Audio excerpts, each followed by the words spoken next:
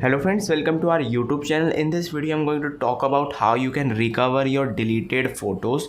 If you have deleted your photos and want to recover it, how you can do in your Redmi 13C smartphone. Before watching this video, if you have not subscribed to our YouTube channel, then subscribe to it and like our video. So let's start friends. First you have to open the gallery, go to albums, and friends, here it is the deleted items. Just you have to click on it, you can see this, and click on restore, and friends you can see it is restored now.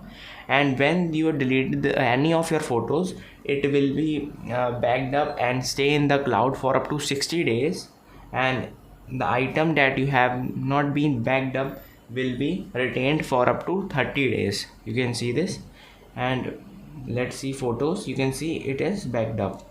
I hope you like this video. If you like this video, then subscribe to our YouTube channel for more helpful tips and tricks videos. See you next time.